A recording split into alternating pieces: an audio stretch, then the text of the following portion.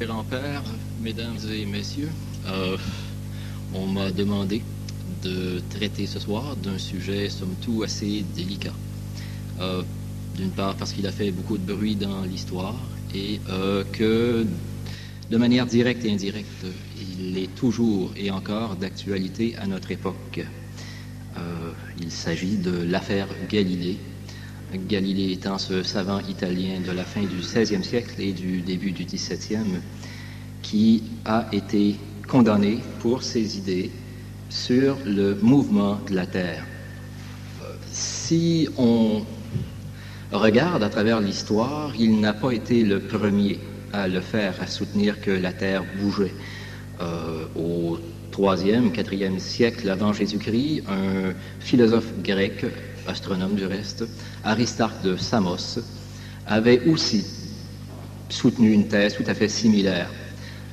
On notera que c'était la première fois dans l'histoire où on voyait cette thèse du mouvement de la Terre autour du Soleil.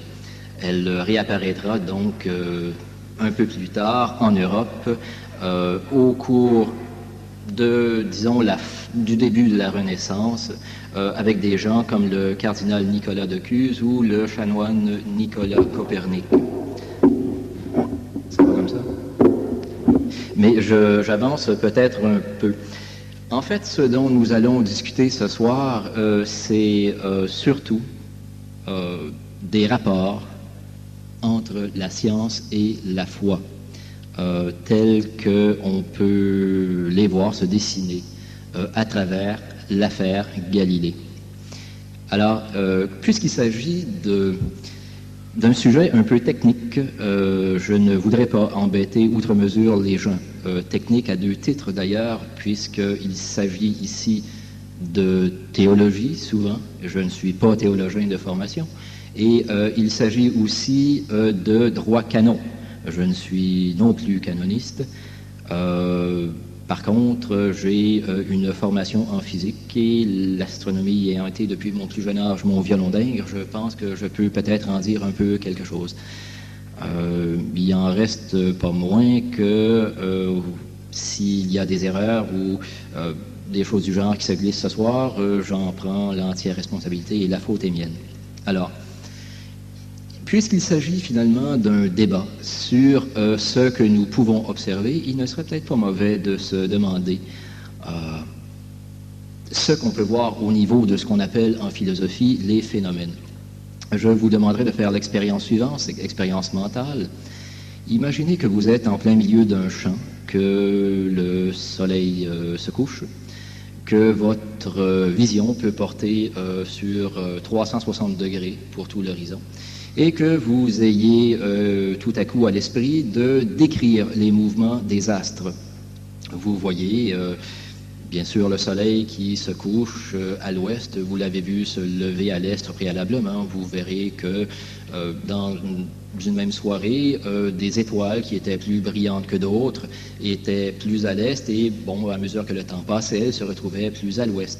Une certaine étoile, qu'on appelle l'étoile polaire, a plutôt tendance à rester fixe pour autant qu'on puisse le mesurer à l'œil nu. D'une manière générale, bon, tout semble se déplacer autour de nous. Si vous étendez vos périodes d'observation, c'est-à-dire que vous allez continuer sur plusieurs jours, plusieurs semaines, plusieurs années, vous verrez que certaines étoiles ont tendance à décrire des mouvements assez étranges. Par exemple, vous mesurez leur position à chaque soir et vous vous apercevez qu'après un certain moment, elles ont ce qu'on appelle, depuis l'époque grecque, un mouvement rétrograde. C'est-à-dire qu'elles vont à l'encontre du mouvement général que vous croyez ou que vous aviez cru initialement pouvoir leur assigner. Ce mouvement a été donc remarqué depuis déjà belle lurette, depuis l'Antiquité, en fait, l'Antiquité grecque. Et bien en fait, il est plutôt à l'origine de ce qu'on a appelé le système géocentrique. Manifestement, si vous prenez, je ne sais pas, une personne qui n'aurait jamais entendu parler du mouvement de la Terre ou du mouvement autour du Soleil, disons que vous prenez un étudiant qui n'aurait jamais rien appris. Bon, c'est facile à trouver, aller dans l'eau polyvalente. Vous le mettez en plein milieu du champ dont je parlais tout à l'heure et vous lui demandez de vous donner son avis sur le mouvement et presque spontanément, comme toutes les civilisations du monde, il aura tendance à dire que nous sommes immobiles et le ciel se déplace autour de nous. En vertu de ce que je décrivais un peu plus tôt, ces fameux mouvements rétrogrades et les mouvements différentiels, c'est-à-dire les vitesses différentes des 5 planètes, par exemple, qu'on connaissait à l'époque, jusqu'à l'époque de Galilée, plus le mouvement de la Lune et le mouvement du Soleil, les astronomes, à travers les temps, en sont venus à proposer différents modèles pour décrire ce qu'on pouvait observer. Aristarque de Samos, lui, avait passablement simplifié les choses et avait décidé de placer le Soleil au centre.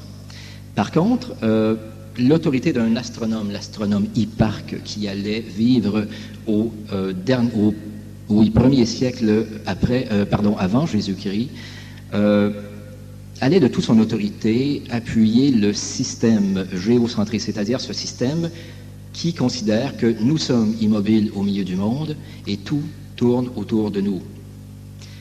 Le système allait être perfectionné par un astronome alexandrin, un grec donc, ou enfin un égyptien hellénisé, un certain Claude Ptolémée, qui allait devenir célèbre puisque son ouvrage, écrit vers les années 180 après Jésus-Christ, est resté sans doute le manuel de base pour ce qui est des études astronomiques durant, essentiellement quelque chose comme 14 siècles.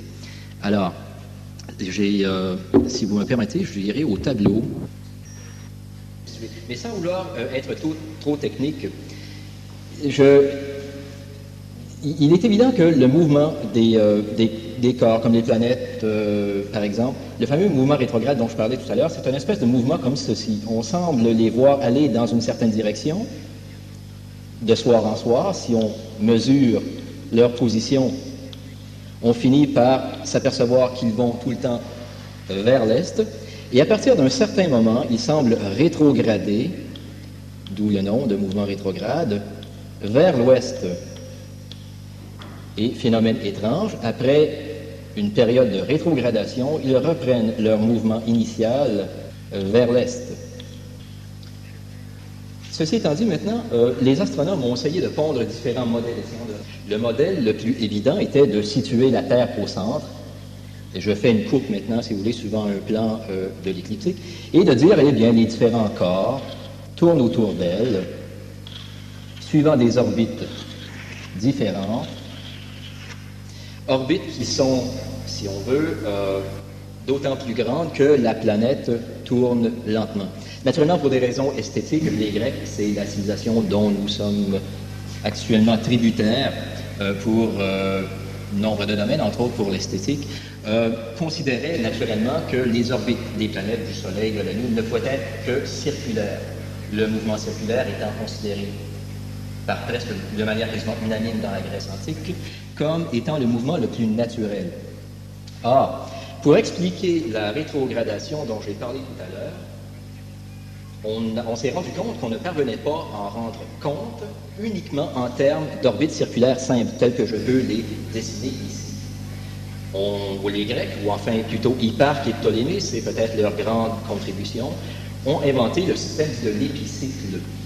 L'épicycle était finalement un cercle centré sur l'orbite initiale qui, pour des raisons absolument inconnues, mais qui facilitaient les calculs des positions, devait porter la planète. Alors, ce qui se passe, c'est qu'on voit d'abord l'épicycle tourner autour de la Terre et la planète tourner sur l'épicycle.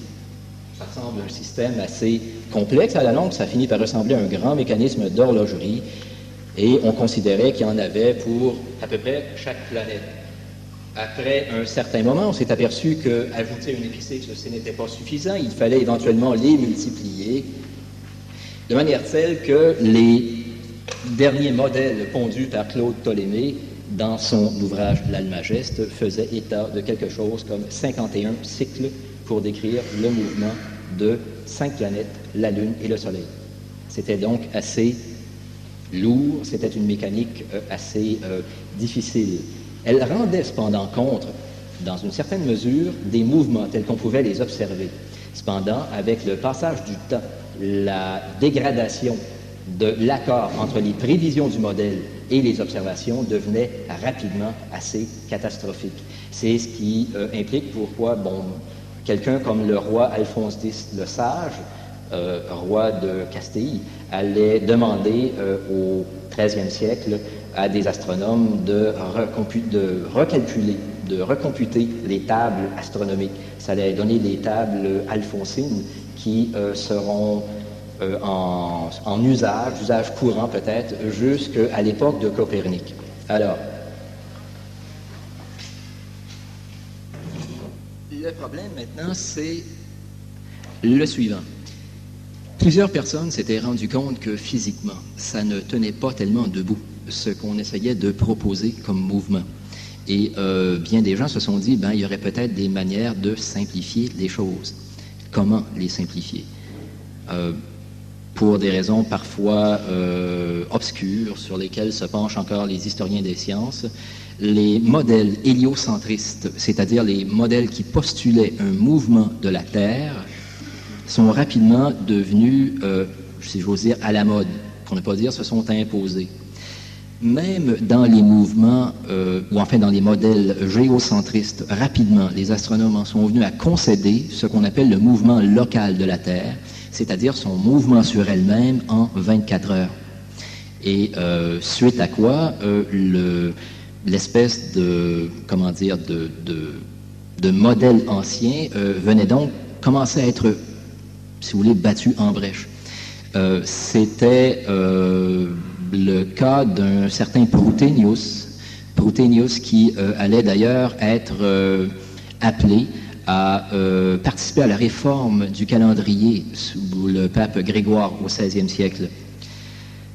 Si je retourne maintenant sur la question de Galilée, Galilée est un homme donc qui naît en 1564. Il sera au cœur donc des transformations qui vont s'opérer dans les dernières années du XVIe siècle, début du XVIIe siècle, ce qu'on a appelé la révolution astronomique. Galilée donc a un prédécesseur qui s'appelle Nicolas Copernic. C'est quelqu'un de maintenant assez illustre lui aussi, autant que Galilée. C'est un chanoine polonais. Il est né à Torun, sur les bords de la Vistule. Il a fait ses études en Italie, entre autres à l'université de Bologne, qui était peut-être une des plus grandes universités à l'époque. Et rapidement, son oncle, qui était à l'époque évêque de Torun, l'avait envoyé étudier la médecine. Il avait besoin de médecins. Copernic avait bien sûr étudié la médecine, a obtenu ses grades, mais il s'était aussi principalement intéressé à l'astronomie. Alors, il avait décidé de reprendre un peu le problème à son compte. Et Copernic allait devenir célèbre en remettant en selle le fameux modèle héliocentriste. Il s'agissait tout simplement d'une tentative, encore une fois, de décrire les phénomènes tels qu'on les observait. Mais cette fois-ci, on pensait tenir une solution quant aux problèmes physiques. Vous aurez sans doute remarqué que la Renaissance était particulièrement intéressée par le phénomène lumineux. Et on le prenait à titre de symbole, si vous voulez. Le Soleil étant un symbole, par exemple, de la lumière divine au centre de l'univers. Et Copernic n'a donc pas eu de difficulté à dire, moi, je prends le Soleil et je le place au centre de l'univers. Et ce qui se passe, c'est que c'est la Terre qui tourne autour. La Lune tourne autour de la Terre et les autres planètes tournent aussi autour du Soleil, suivant des orbites que l'on connaît déjà, Mercure, Vénus, la Terre, Mars, Jupiter et Saturne, la Lune tournant autour de la Terre. C'étaient les planètes que l'on connaissait à l'époque. Vous remarquerez que ça semble apporter une simplification comparativement aux 51 cercles nécessités par le système de Ptolémée. Or, encore une fois, si on fait des observations avec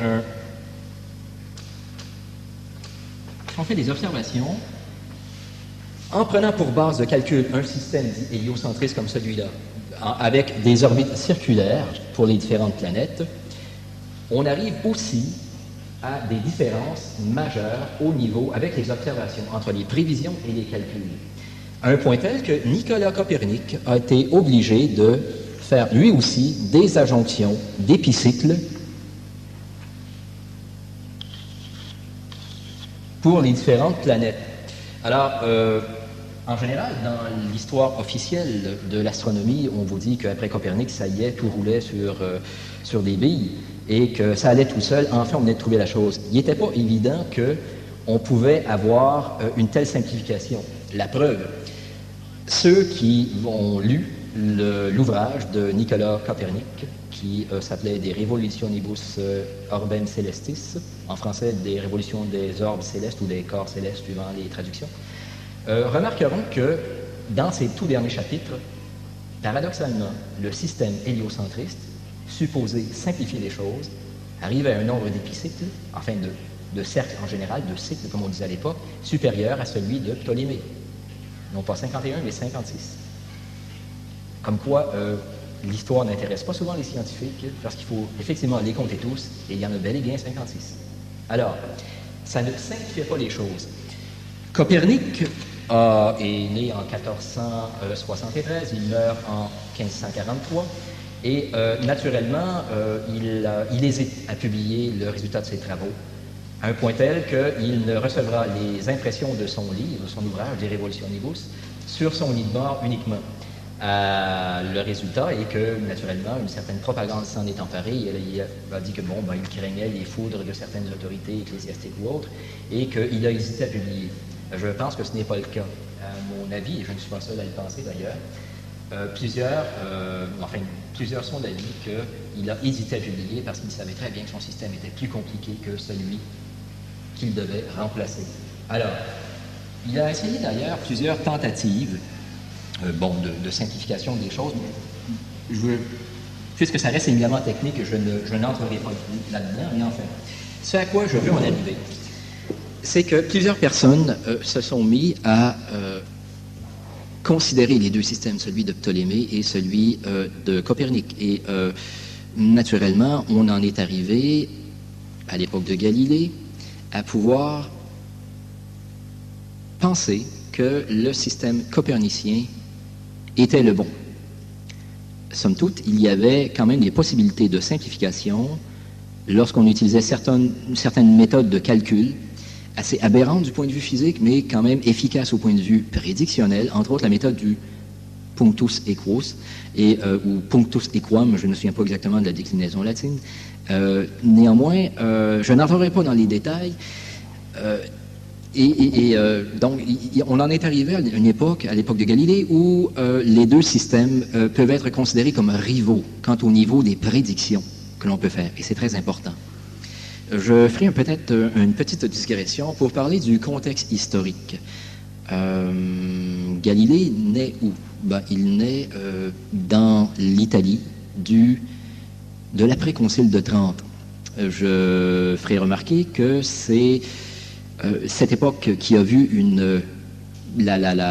si vous voulez, la permanence ou la constance de la césure, de la cassure dans la chrétienté latine entre, d'une part, ceux qui sont restés catholiques et ceux qui sont devenus protestants.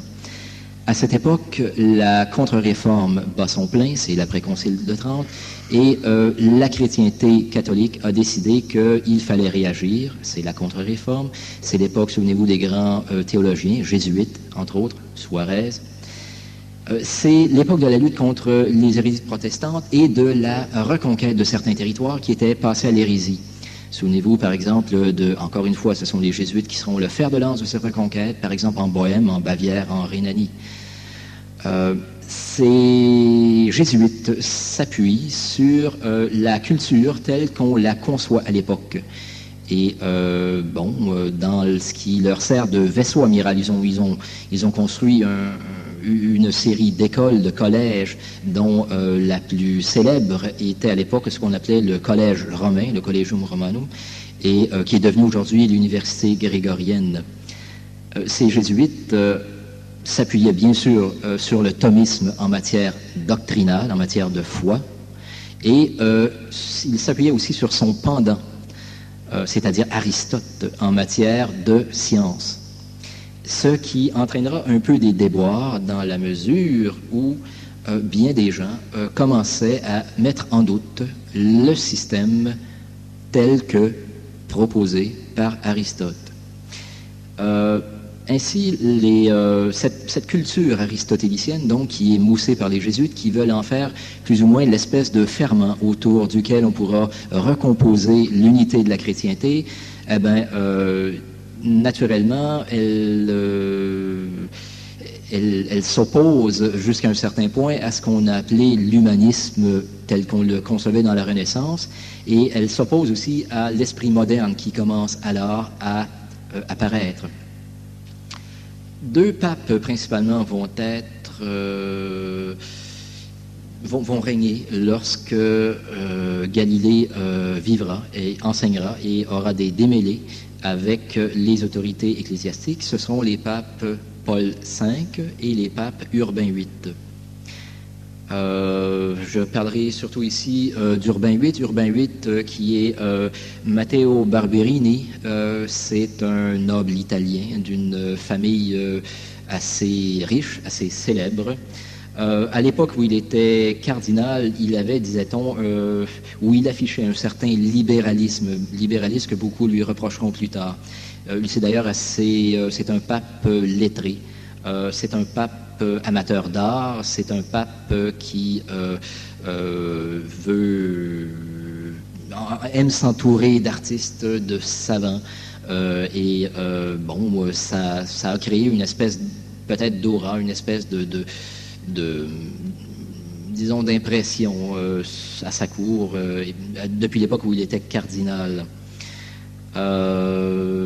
C'est aussi quelqu'un qui souvent ne néglige pas l'avancement des membres de sa famille. Par exemple, son neveu, qui est cardinal aussi, lorsque Urbain VIII sera nommé pape.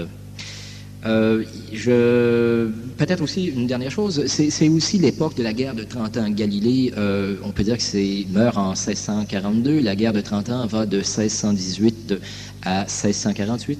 Donc, la fin de la vie de Galilée sera marquée par cette guerre. Qu'est-ce que c'est que la guerre de 30 ans? La guerre de 30 ans, c'est cette guerre entre les protestants de l'Empire, du Saint-Empire romain germanique, et le pouvoir impérial, entendons là-dedans la couronne des Habsbourg. Il y aura des allées et des venues. L'empereur estime, un peu comme le fera Louis XIV à la fin du siècle, lors de la révocation de l'édit de Nantes, l'empereur Ferdinand estime qu'il est de son devoir en tant que souverain catholique de voir à l'avancement de la seule vraie foi et de combattre l'hérésie. Et on en viendra donc dans une situation de guerre qui éclatera justement à Prague, en Bohême, l'actuelle République tchèque. Et ce sera un contexte qui marquera bien sûr toute la fin de la vie de Galilée.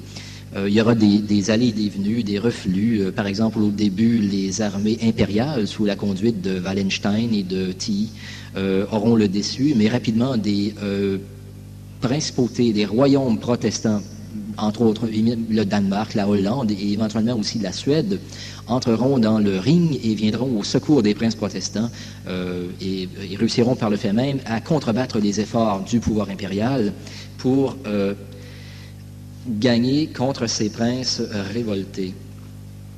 Alors, c'est un peu le contexte dans lequel nous vivons. C'est le contexte politique.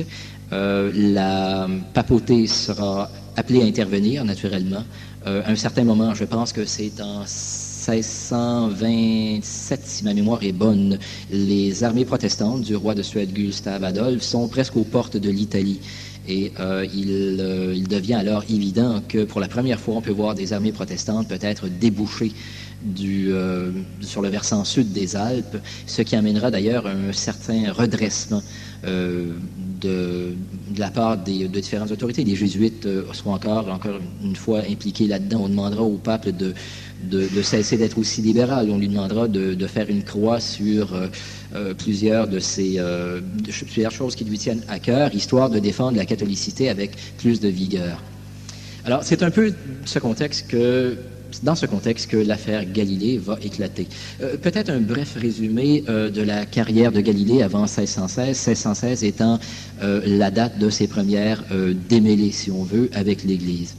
Alors, Galilée est un Florentin, Florence, qui est une ville de Toscane. Il est né d'un père musicien, Vincenzo Galilei.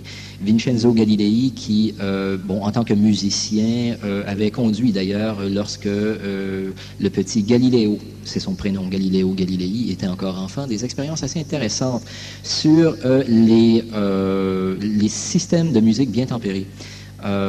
Il était aussi fabricant de luth, ce qui fait que, il s'intéressait beaucoup aux questions de cordes. Et souvent, il lui arrivait de pendre des poids après des cordes pour pouvoir en tester d'une part la résistance et en même temps essayer de voir quelle était la variation des notes avec les longueurs, avec les tensions, avec les densités des cordes qu'on pouvait utiliser. Alors, Galilée, naturellement, sera influencé par ce genre de choses. Il fera ses études, bien sûr, dans sa ville natale, à Florence, et éventuellement, il ira lui aussi étudier à l'université de Bologne, et éventuellement aussi à Pise, où finalement, on lui offrira un poste de professeur.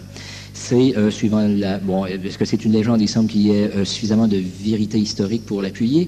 Ce serait justement dans la cathédrale de Pise, en voyant un candélabre se balancer, que Galilée aurait, pour la première fois, compris, ou enfin, se serait intéressé au fameux mouvement du pendule.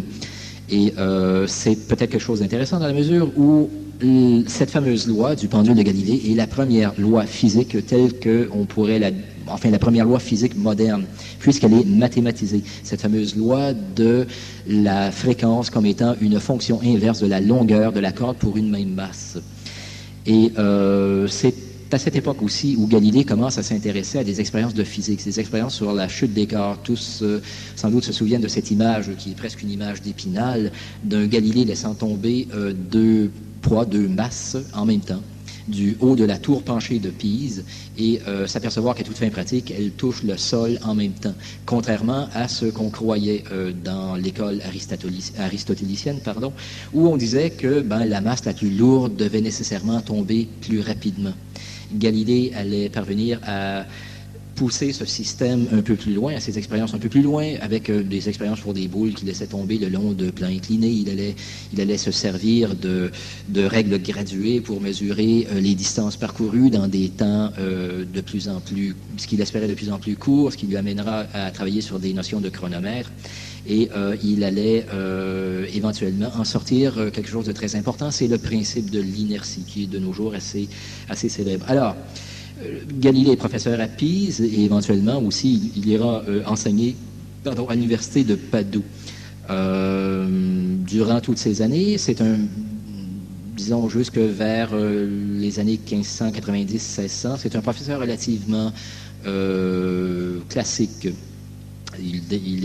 Puisqu'il est professeur de mathématiques, il doit aussi, par le fait même, enseigner l'astronomie. Mais je remarque qu'à l'époque, l'astronomie ne l'intéresse guère, de son propre aveu. Dans des lettres écrites à ses amis, il dit que ça ne l'intéresse pas vraiment, et puis que pour lui, ce qui est plus intéressant, ce sont effectivement les mathématiques. Et il a par contre en grippe le système aristotélicien, dans la mesure où les expériences sur le monde réel qu'il fait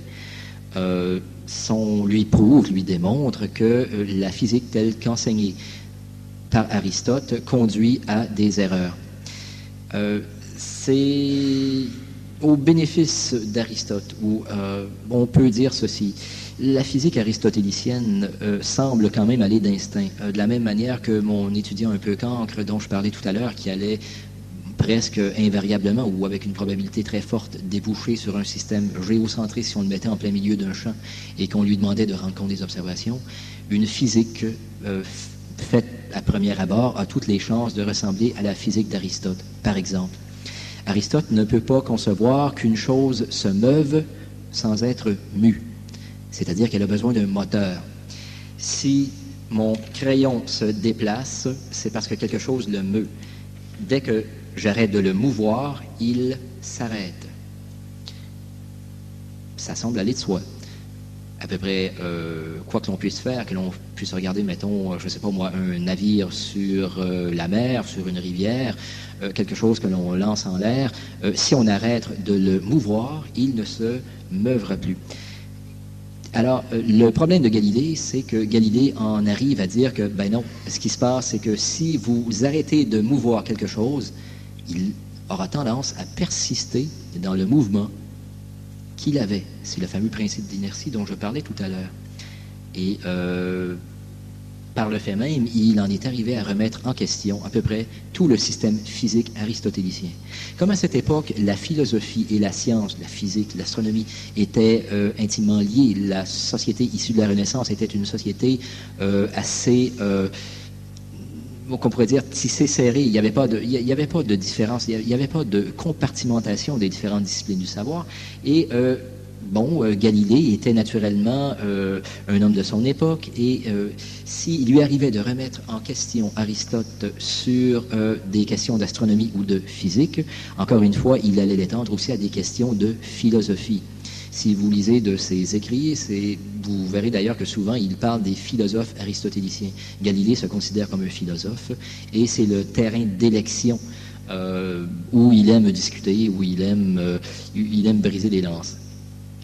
Par le fait même, il en viendra à s'intéresser au système astronomique, puisque de manière concomitante avec le système aristotélicien, Aristote a assez peu écrit d'ailleurs sur l'astronomie, même si son traité d'Eccello n'est pas nécessairement un modèle astronomique, un modèle cosmologique tel qu'on pourrait l'entendre chez Ptolémée. Il en reste pas moins vrai que Galilée, parce qu'il est souvent anti-aristotélicien, en arrivera à douter du système de Ptolémée, et il prendra fait et cause, donc par le fait même, pour le système rival, c'est-à-dire celui de Copernic. Plusieurs phénomènes vont se passer aussi, entre autres la nova de 1604. Qu'est-ce qu'une nova? Une nova, c'est une étoile nouvelle. C'est une étoile, d'après les connaissances astronomiques actuelles, c'est une étoile qui est située suffisamment loin de la Terre, qu'on ne voit pas à l'œil nu, et qui explose sous l'effet de sa pression gravitationnelle. Ça donne... c'est un phénomène assez beau à voir. On en voit assez rarement. Peut-être une fois tous les siècles et demi, on parvient d'en voir une assez importante, et celle de 1604 en était une. C'est une étoile qui est rapidement devenue l'étoile la plus brillante du ciel. Le phénomène de durer environ un an et demi, à un point tel qu'on pouvait presque la voir, si on avait d'assez bons yeux, en plein jour.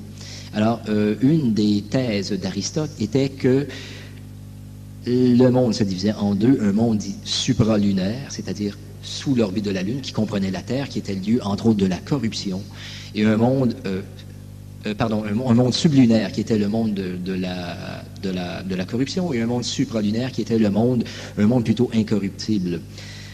La nova était une preuve comme quoi le monde des étoiles pouvait aussi être corruptible dans le sens qu'il y avait des changements. Les choses pouvaient changer, et la nova de 1604 était une preuve justement de ces changements possibles. Quelques années plus tard, c'est en l'an 1609, Galilée entend parler de ce qu'on appelait la lunette de Hollande. La lunette de Hollande, c'est tout bêtement le fameux télescope, un tube avec deux lentilles, une plano convexe, l'autre plano concave, à chacun des bouts. Et si vous regardez à travers, vous apercevez que les objets que vous verrez sont agrandis. Galilée a, semble-t-il, le premier l'idée de tourner cette lunette vers le ciel. Et il fera une série de découvertes naturellement très intéressantes, très importantes, qui vont le propulser peut-être au pinacle de la célébrité. Par exemple, il sera le premier à découvrir les cratères lunaires, les phases de Vénus, les satellites de Jupiter, et toute une série d'étoiles que l'on ne peut pas voir à l'œil nu. Donc, il devient assez célèbre. Et Galilée est un personnage assez étonnant. Il a un petit côté arriviste, comme beaucoup de scientifiques. D'ailleurs, j'en connais assez qui répondraient à ces critères-là. c'est quelqu'un qui aime les honneurs, c'est quelqu'un qui aime jusqu'à un certain point la bonne vie. Lui aussi aime s'entourer de gens importants et il aime être reçu par les grands de ce monde. Et par le fait même, la célébrité lui convient bien, sans doute le pense-t-il, au point qu'il il en arrive à se dire que, actuellement, il serait temps qu'on passe au système de Copernic en astronomie. Puisqu'il a fait des découvertes en astronomie, il s'estime peut-être le meilleur astronome d'Europe. Il y a un problème. Il y a un problème avec le système héliocentriste. C'est le suivant. C'est que dans le livre de Josué, c'est le chapitre 10, le verset 12, on lit la chose suivante. Soleil, arrête-toi sur Gabaon, et toi, lune, sur la vallée d'Ayalon. Soleil, arrête-toi sur Gabaon. La plupart des exégètes ont compris cet extrait du livre de Josué comme étant une preuve de l'immobilité de la terre et de la mobilité du soleil, à un point tel que c'était l'argument massu avancé contre le système de Copernic. Ce n'est pas la seule référence scripturaire. D'ailleurs, je les cite ici rapidement au passage. Ecclésiastique 1.4, le psaume 18, verset 6, le psaume 92.1, psaume 103.5, et l'Ecclésiastique, je pense, 43.26. C'est une série d'extraits des Écritures qui, à première vue, semble aller renforcer le système géocentriste, donc celui de Ptolémée, et d'aller contre le système de Copernic. Alors, notre ami Galilée en arrive à croire que, actuellement, il y a un empêchement à l'adoption par l'Église catholique du système de Copernic, et c'est l'exégèse qu'on fait, entre autres, du livre de Josué. Il s'exprime d'ailleurs à ce niveau, dans une lettre qu'il écrit à la grande-duchesse Christine de Lorraine, qui avait épousé le grand-duc de Toscane à l'époque. Il est florentin, donc toscan. Et dans une lettre au père Castelli, qui date de 1613. Plusieurs sont son avis, entre autres le père Castelli et le père Ricciosi, qui va le soutenir et lui dira, écoutez, oui, il est évident que à ce niveau-là, ce ne serait pas la première fois où on n'aurait pas fait une lecture littérale de la Bible. Alors, il commence à enseigner souvent que le système de Copernic, s'il est en contradiction avec l'Écriture, c'est probablement que l'exégèse qu'on en a fait n'est pas la bonne. Il faut, entre guillemets, moderniser l'exégèse. Alors quelqu'un va se formaliser, va s'offusquer, va se scandaliser de cette chose, c'est le père Caccini, qui est un dominicain. Et il dénoncera, d'ailleurs à Florence, en chair, et Galilée, et par le fait même, le système de Copernic. Nous sommes alors en 1615, c'est sous le pape Paul V. Naturellement, dans le sillage de ses découvertes astronomiques, Galilée a été invité à la cour pontificale. Il a eu l'occasion d'être reçu en audience par Paul V, et il a connu aussi le cardinal Barberini, qui sera le futur Urbain VIII. Et il discute d'ailleurs avec le cardinal Barberini, et Barberini lui demande s'il a des preuves, un tant soit peu concrètes, à l'appui du système de Copernic. À cette époque-là, outre peut-être une relative simplification sous certains aspects, la seule preuve que Galilée peut avancer, c'est une preuve qui ne tiendra pas, mais une preuve qu'il estime solide, c'est l'argument des marées. Il en parlera donc dans un ouvrage qui s'appelle le Trattato del Flusso e Riflusso del Mare, le traité des flux et reflux de la mer. C'est ainsi qu'on appelait les mouvements de la marée à l'époque. L'ouvrage paraît en 1616 et rapidement, Caccini et d'autres, vont faire en sorte qu'il soit traîné devant le Saint-Office. Puisque à cette époque, le système de Copernic est un système dont on peut discuter librement. Alors, en 1616, il y a un procès devant le Saint-Office et interdiction est faite de soutenir pour véritable, je souligne l'adjectif, pour véritable le système copernicien. Je puis peut-être vous lire le décret. Alors, c'est un décret du Saint-Office. Je passe rapidement sur les premiers paragraphes.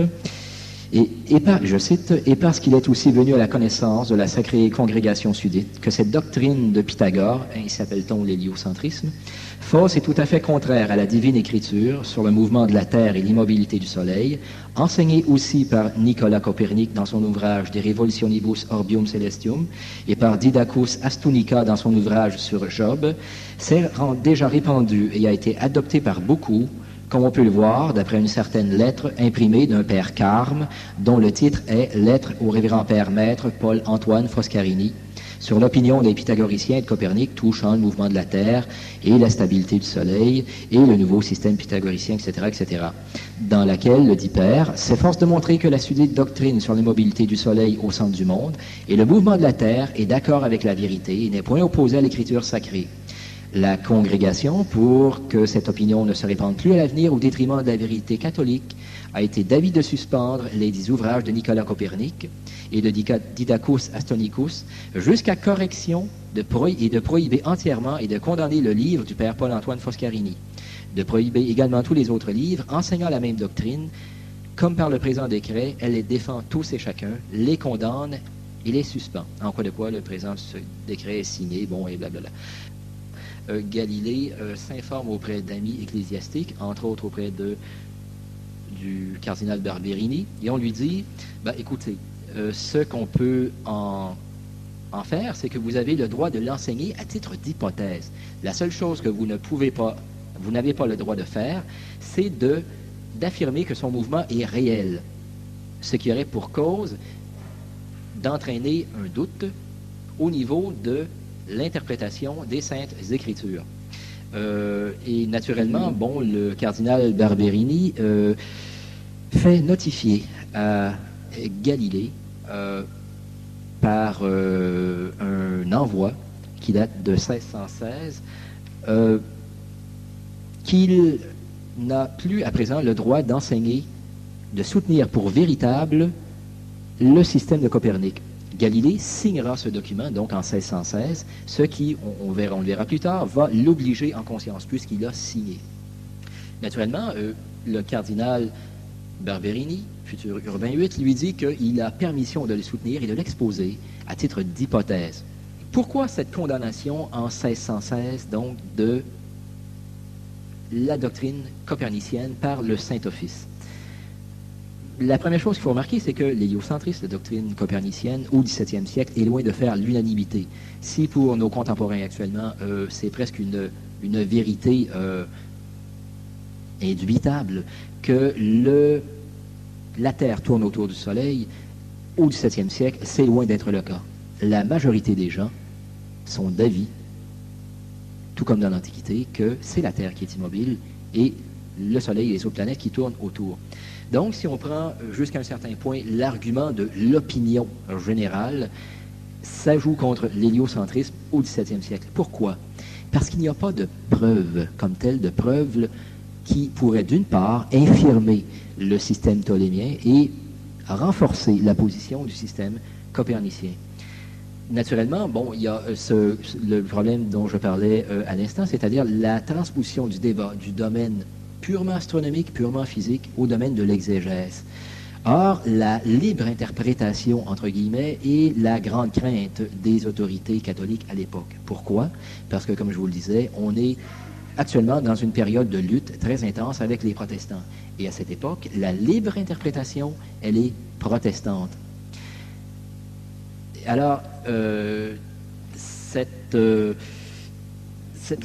cette libre interprétation, les protestants s'en servent, en usent pour attaquer, nier, entre autres, le dogme de la transsubstantiation et la réalité des sacrements. Vous vous souvenez sans doute de cet aphorisme. Je pense que c'est Bossuet qui écrivait que tout protestant est un pape avec sa Bible sous le bras. C'est un peu là où ça mène. La grande hantise de la papauté à l'époque était de voir cette espèce d'éclatement de l'exégèse. Et je pense qu'ils ont tout fait pour essayer de l'empêcher. Alors, ceci d'une part.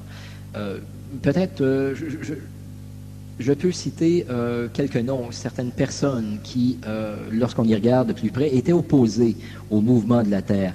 Je peux nommer, entre autres, ça surprendrait sans doute beaucoup de nos partisans d'une science qui progresse et qui fait l'unanimité dès qu'elle est affirmée. On peut nommer, entre autres, François Viette. François Viette, qui est un algébriste, le père de l'algèbre moderne. Il vit au début du XVIIe siècle, et lui, le mouvement de la Terre, le système de Copernic, il n'y croit absolument pas. On pourrait en dire autant de Francis Bacon. Francis Bacon, qui est ce philosophe anglais, qui est le père, jusqu'à un certain point, de l'empirisme moderne. Or, Francis Bacon, en bon empiriste, regarde les choses, regarde les arguments de part et d'autre, et il n'y croit pas au mouvement de la Terre. Naturellement, un des grands astronomes du temps, c'est un professeur du collège romain, le jésuite Grassi, le père Grassi, et aussi le père Schorner, un de ses collègues qui va enseigner, entre autres, à Bologne. Donc, la décision du Saint-Office prise en 1616 est plus ou moins d'accord avec, si on veut, l'opinion générale.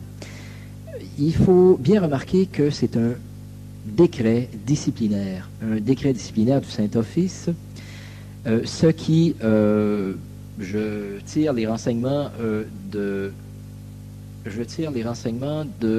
du dictionnaire apologétique de la foi catholique, écrit au début du siècle, et on y lit ceci, sous la rubrique « Valeur des décrets de 1616 », éventuellement aussi de 1633, on dit « Quel est le sens et la portée des considérants motivant ces décrets? Le considérant unique du décret de 1616 est celui-ci. La doctrine du mouvement de la Terre, fausse et contraire à l'Écriture, se répand et fait courir des dangers à la foi catholique. C'est un considérant, donc, d'ordre doctrinal. Ces considérants n'empêchent pas les décrets de rester disciplinaires. À ces décrets, Galilée, comme tout fidèle, devait obéissance extérieure complète. Il ne pouvait donc ni enseigner le système de Copernic, ni publier des ouvrages pour le défendre. Les décrets disciplinaires n'ayant pas pour but de qualifier une proposition ou une doctrine ne peuvent le faire officiellement. On peut seulement se demander quelle note théologique les auteurs des décrets de 1616 et de 1633 associaient dans leur esprit au système de Copernic. La chose n'est pas évidente. Il semble pourtant ressortir de l'examen des divers documents annexés au décret que le système de Copernic était considéré comme hérétique. Hérétique au sens du début du XVIIe siècle. Aujourd'hui, le mot hérétique a un sens très net. Il n'est strictement applicable qu'à quiconque nie une vérité de foi définie, c'est-à-dire une vérité révélée et proposée comme telle par l'Église enseignante. Dans un sens plus large, il peut cependant s'entendre de celui qui nierait une vérité de foi divine, c'est-à-dire une vérité révélée, mais non officiellement proposée comme telle. Par exemple, saint Thomas d'Aquin qui ne croit pas au dogme de l'Immaculée Conception. C'est sans doute de foi actuellement, parce qu'il existe un dogme qui a été promulgué depuis. Mais on ne peut pas dire que saint Thomas d'Aquin est hérétique parce qu'il ne croyait pas à l'Immaculée Conception. Je poursuis. À l'époque de Galilée, ces deux sens n'étaient peut-être pas toujours aussi nettement distingués. En tout cas, c'est évidemment dans le sens large que l'opinion de Galilée était taxée d'hérésie. Les qualificateurs de 1616 et les juges qui adoptèrent cette conclusion crurent que cette proposition sol stétit, le soleil bouge, entendue au sens propre, était une proposition de foi divine. En cela, ils faisaient erreur, puisque cette proposition, bien que révélée, ne l'est que dans son sens métaphorique. Mais pour eux, Galilée était hérétique, puisqu'il niait précisément, dans son sens propre, sans motif suffisant, cette proposition révélée. Si Galilée fut condamné seulement comme suspect d'hérésie, Ce n'est pas que ces juges doutent de la fausseté de sa doctrine, mais c'est que la preuve juridique n'était pas faite, que l'accusé crut réellement adhérer à cette doctrine. Alors, en 1616, Galilée n'est pas, au sens propre, inquiété par le décret contre la doctrine de Copernic. Comme tel, on ne lui fait pas un procès. Le procès de 1616 est fait contre Copernic. Entre-temps, Galilée va commettre deux ouvrages, ce qu'on appelle le Saggiatore, en français l'essayeur, et le Dialogo delle due massimi sistemi del mondo, pardonnez mon italien, qui en français se dit dialogue sur les deux plus grands systèmes du monde. Il s'agit naturellement du système copernicien et du système ptolémaïque, ou ptolémien. Alors, Galilée, donc, par le fait même, en publiant cet ouvrage, rompt avec la défense formelle qui lui a été faite en 1616. Naturellement, il va défendre le système copernicien comme tel, principalement dans le discourso ou le dialogo. Alors, puisqu'il ne le soutient pas seulement à titre d'hypothèse, dans ce cas-là, il rompt. Il rompt finalement la promesse qu'il avait signée en 1616. Ce qui lui, le dialogue paraît en 1632, oui, et par le fait même, en 1633, il sera traîné devant le tribunal du Saint-Office. Une chose que je noterai peut-être pour un moment ultérieur, c'est que dans le Saggiatore, entre autres, apparaissait une théorie. Galilée soutenait une théorie de type atomistique. Une théorie de type atomistique, un peu comme l'entendait le philosophe grec Démocrite. C'est-à-dire où on considérait qu'il y avait 4 types d'atomes, le feu, le fer, l'eau et l'air. Non pas le fer, mais oui, le feu, la terre, l'eau et l'air, voilà. Et quelqu'un, un historien des sciences, dans les années 1980, allait imaginer une thèse dont je vous ferai part tout à l'heure. Mais à noter que, une partie du Saggiatore défendait des théories atomistiques. Donc, dans son dialogue sur les deux plus grands systèmes du monde, Galilée prend parti pour Copernic et, naturellement, il écrit avec une plume très sarcastique et ironique. Jamais il n'avait été, c'était un partisan du genre, si vous voulez, il aimait très souvent briser des lances avec ses adversaires, mais encore jamais n'avait-il été aussi loin. Il met en jeu dans son dialogue 3 personnages, un aristotélicien, j'ai pardonné ma prononciation ce soir, il est tard, un copernicien, naturellement, qui a toujours le beau jeu, et une personne en principe neutre, un 3e personnage en principe neutre. Naturellement, le 3e larron s'arrange tout le temps pour disconvenir de ce que dit l'aristotélicien et convenir de ce que dit le copernicien, c'est évident. Et ce qui est peut-être une erreur de sa part, un des arguments utilisés par l'aristotélicien là-dedans, aristotélicien d'ailleurs dont le prénom est Simplicius, c'est un des arguments que le pape Urbain VIII, c'est à l'époque le cardinal Matteo Barberini, avait utilisé contre l'argument des marées de Galilée en 1615. Alors, plusieurs affirment que le pape Urbain VIII, donc en 1632, en prend ombrage. Bon, c'est une façon de voir les choses, mais sans doute que Rome réagit à des impératifs un peu moins personnels. Quoi qu'il en soit, Galilée vient de rompre la défense qui lui est faite en 1616 et Rome réagit. Urbain VIII va lui intimer l'ordre de se présenter devant le Saint-Office à Rome. Galilée comprend que, les choses risquent d'aller un peu mal. Il commence à tergiverser, il essaie de faire jouer ses relations. L'ambassadeur du Grand-Duc de Toscane, ses amis dans les différents ordres, à travers la hiérarchie de l'Église. Mais finalement, encore une fois, Urbain VIII lui intime l'ordre, au début de février 1633, de se présenter devant le Saint-Office, et le 16 février, Galilée est à Rome. À noter qu'en général, suivant la procédure du temps, les gens qui étaient appelés à comparaître devant le Saint-Office, en général, étaient amenés enchaînés, semble-t-il.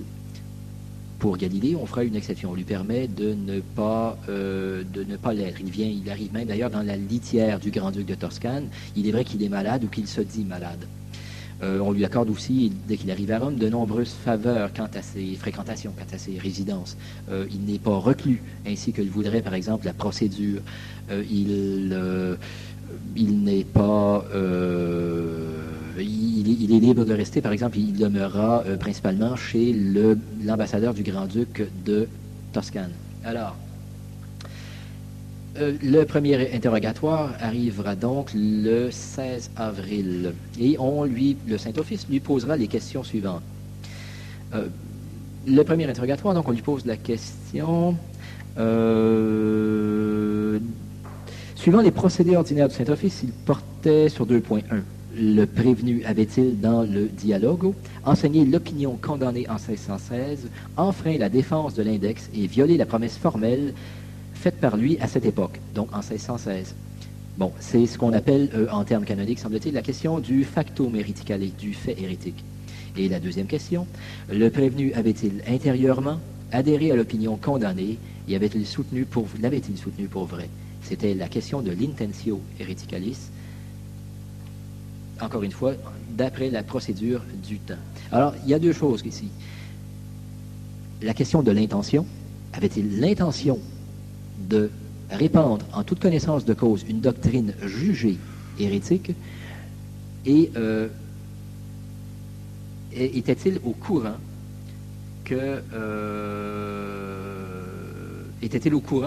étant donné ce qu'il avait signé, il avait enseigné la doctrine qu'on lui interdisait en 1616 d'enseigner.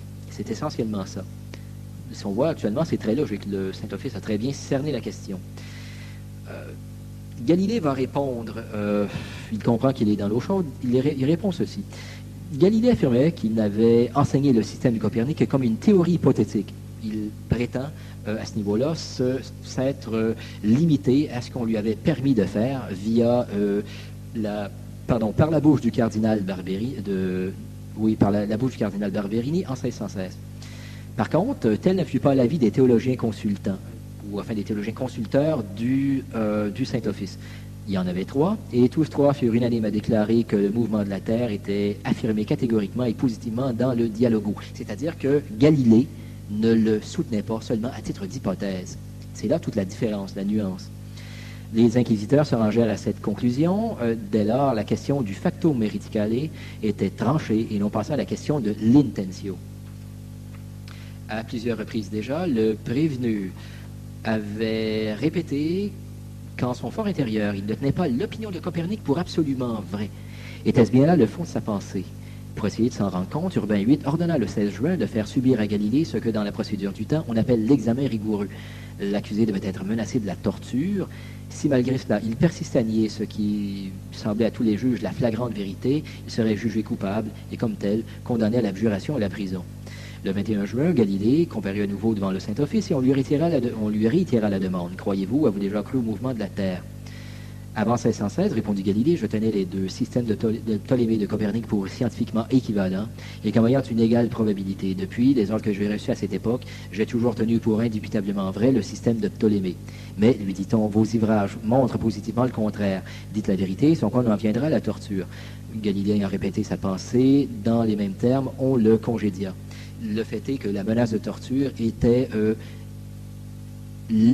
en général, l'arme le plus lourd utilisée par le Saint-Office. Il était rarissime, suivant les procédures de l'époque, qu'on en vint à la torture véritable. D'ailleurs, Galilée, à cette époque, avait plus de 60 ans, et la procédure du Saint-Office interdisait de soumettre à la torture, pour quelque raison que ce soit, les gens de plus de 60 ans. Alors Galilée, contrairement à ce qu'une certaine opinion essaie de répandre, n'a jamais été torturé par le Saint-Office. Et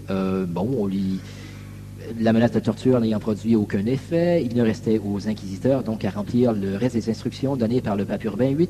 Galilée ayant persisté à affirmer la droiture de ses intentions, ne pouvait être qualifié d'hérétique formel, mais il restait véhémentement soupçonné d'hérésie.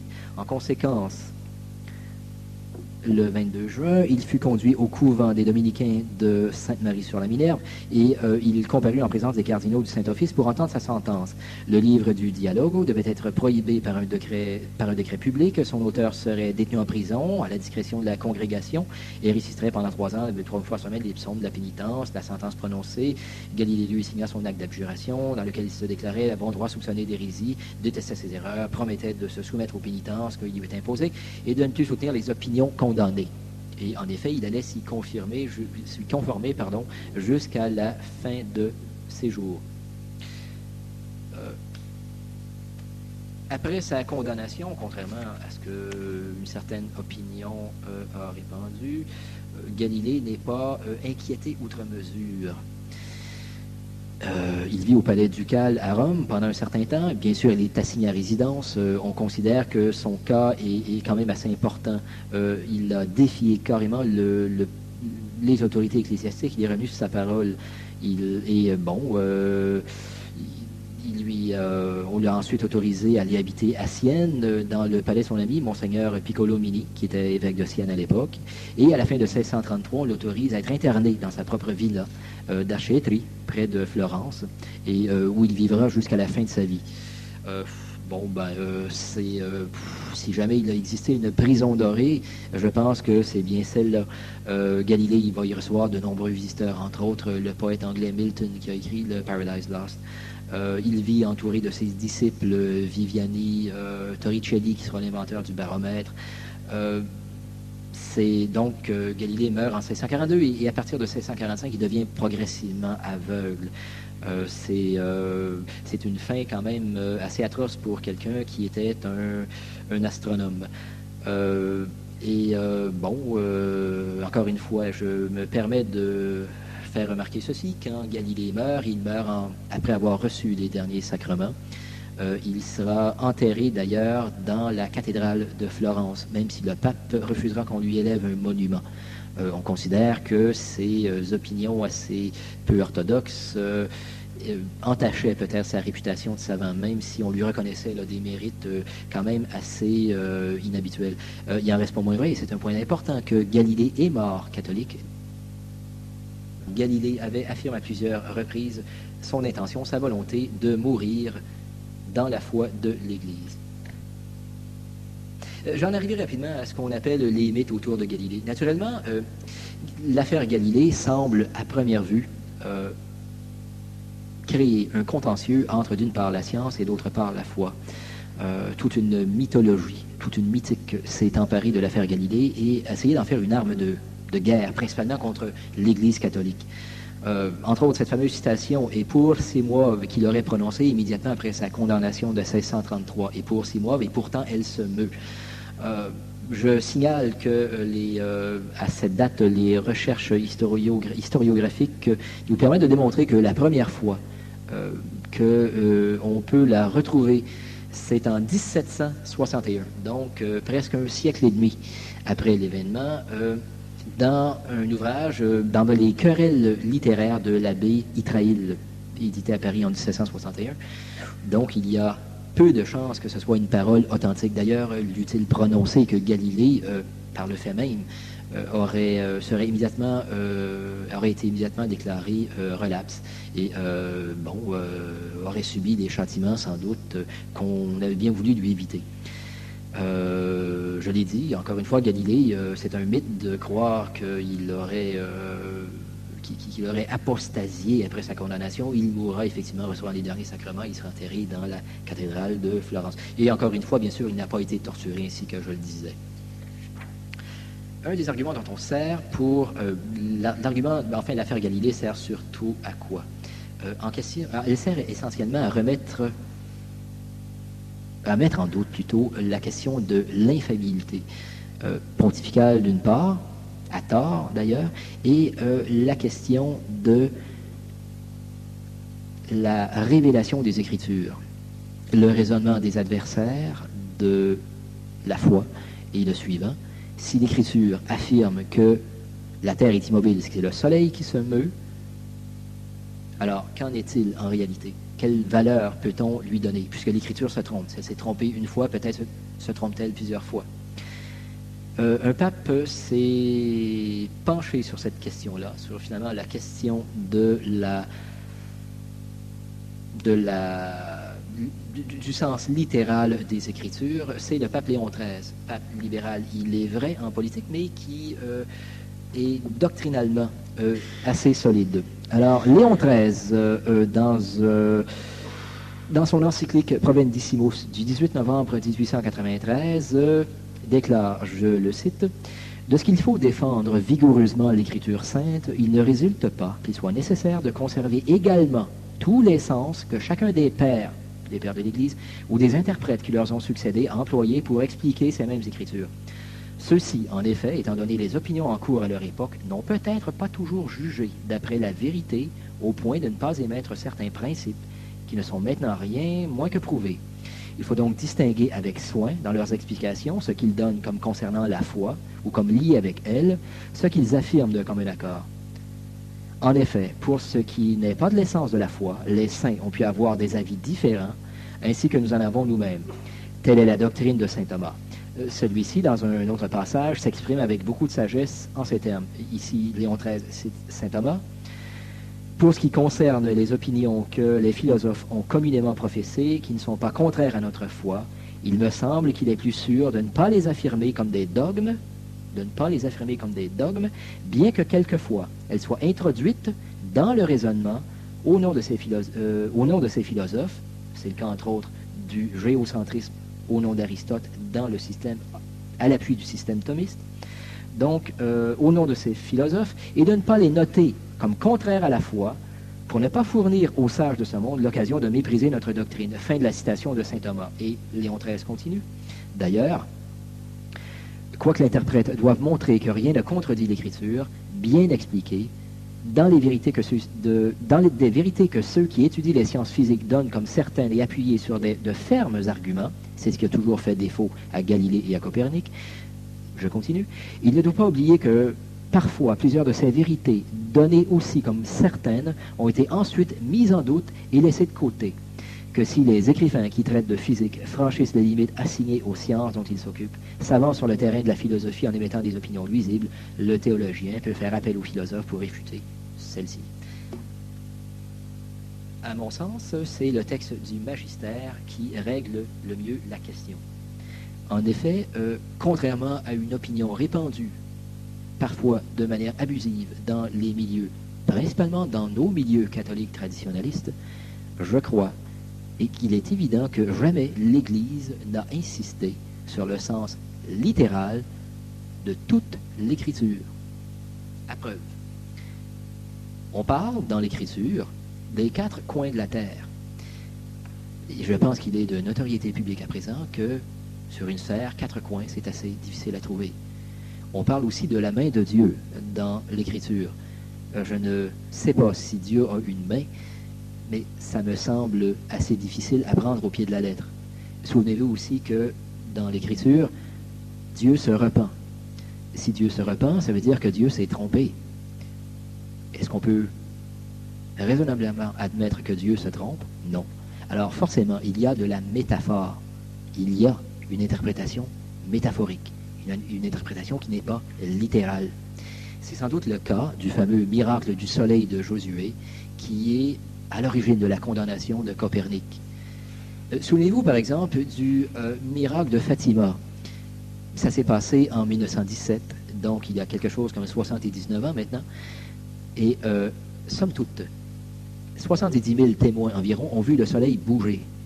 D'après ce que l'on sait aujourd'hui des théories astronomiques, si le soleil avait décrit le mouvement en termes réels, si le soleil avait décrit le mouvement qu'on lui a vu effectuer à Fatima, la Terre aurait dû quitter son orbite. Or, par le fait même, ne l'ayant pas fait, il est évident, à mon sens, que le miracle que Dieu a donné à ses 70 000 témoins est justement un miracle, en ceci qu'il sort des choses ordinaires. Le fait est maintenant que quand on regarde les choses... Où en étais-je? Oui, c'est ça. Quand on regarde les choses à partir du point de vue du XVIIe siècle, par contre, les fameuses preuves dont parle Léon XIII dans son encyclique, elles manquent. Elles manquent à Copernic, elles manquent à Galilée, elles manqueront à tous jusque vers le milieu du 18e siècle.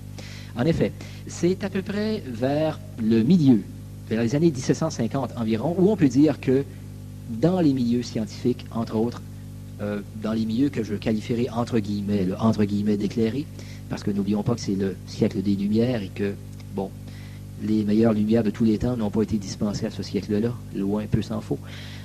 Il est évident que vers 1750, les preuves commencent à abonder à l'effet que le système géocentriste ne tient pas et que le système copernicien est fondé en raison, est fondé empiriquement. Ce qui se passe, entre autres, c'est bon, si ça intéresse certaines personnes, c'est un phénomène astronomique qu'on appelle l'aberration stellaire, découvert par un astronome, l'astronome Bradley, dans les années 1740.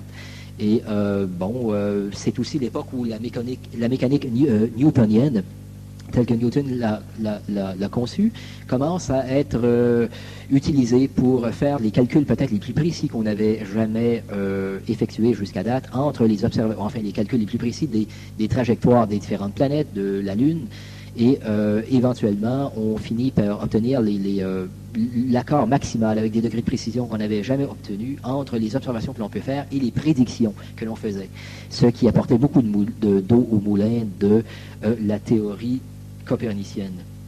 D'ailleurs, la fameuse condamnation contre Copernic n'allait pas être aussi virulente que l'on le dit. Déjà, dès 1664, elle était adoucie. C'est-à-dire que, encore une fois, une trentaine d'années donc après le procès Galilée, il était encore permis de soutenir le système copernicien à titre d'hypothèse. C'est ce qui va être fait, entre autres, par l'abbé Gassendi, qui est passé à l'histoire comme étant le découvreur d'un phénomène optique qu'on appelle la diffraction. En 1757, le pape Benoît XIV va faire supprimer la formule générale qui prohibait les livres et qui enseignait l'immobilité du Soleil et le mouvement de la Terre. Et finalement, le 25 septembre 1822, le pape Pie VII va approuver le décret du Saint-Office qui autorise le système de Copernic sans restriction. Et c'est à peu près d'ailleurs l'époque où, il commençait à être enseigné aussi dans à peu près toutes les universités d'Europe. C'était pas toutes les universités d'Europe qui l'enseignaient à la fin du 18e siècle. Notons qu'à la fin du 19e siècle, une partie du protestantisme, principalement les fondamentalistes, s'opposeront toujours à l'héliocentrisme. Ce seront toujours des gens qui tiendront, en vertu du sola scriptura, encore une fois, et du fondamentalisme qui souvent lui est associé, tiendront pour nul le mouvement de la Terre et préféreront la croire immobile. Alors, en gros, le temps passe et je vais, dans ce cas-là, essayer d'abréger les choses. Qu'est-ce qu'on peut en penser? L'affaire Galilée, je pense, actuellement, était un épisode assez douloureux, assez houleux certainement, des relations entre l'Église et la science.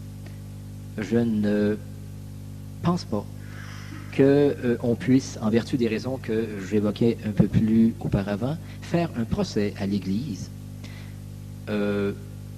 pour sa condamnation de Galilée. C'était, si on veut bien être honnête, historiquement parlant, quelque chose de tout à fait habituel à l'époque. On condamnait des gens pour des opinions, l'Église comme d'autres. Or, l'Église ne pouvait pas vraiment aller au-delà de son époque quant aux procédures judiciaires. Et encore une fois, tel que je le faisais remarquer, les preuves allaient être très minces. Bon, en fait, en réalité, Galilée n'en avait même pas.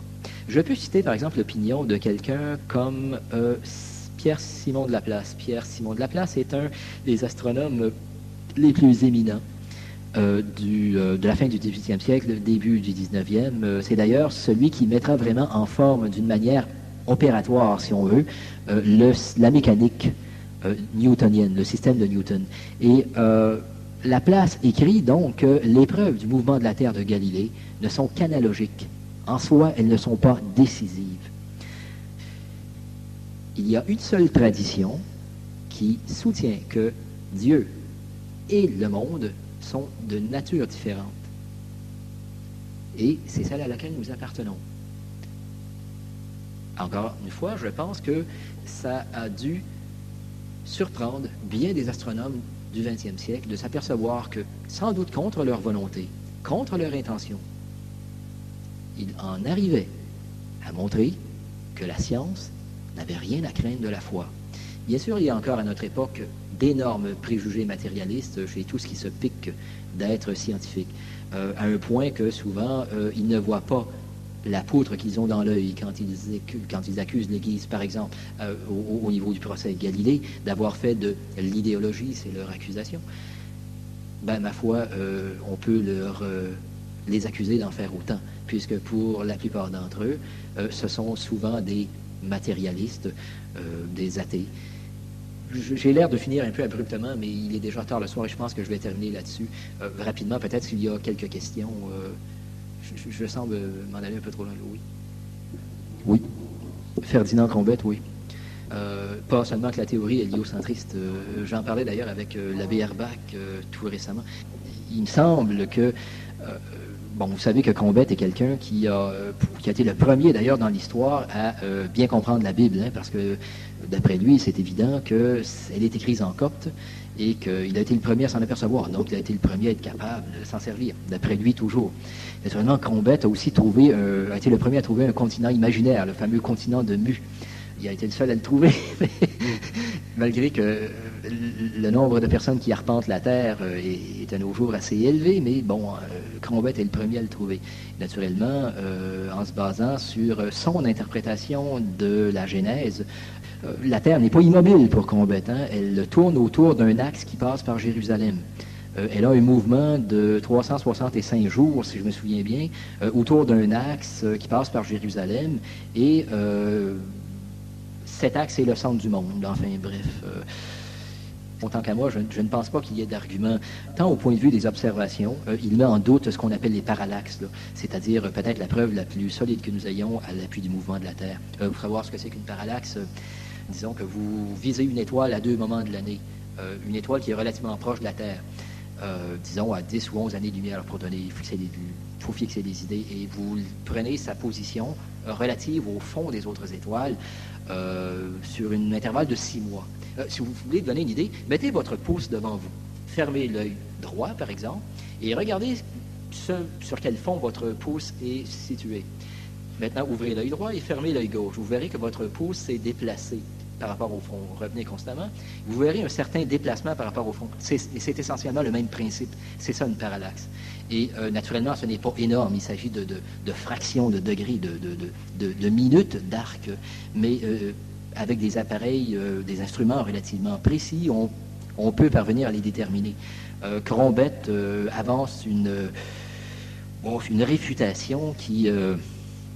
à mon sens, n'est pas très, très, très solide. Elle consiste essentiellement à dire que l'adversaire ment et nous trompe.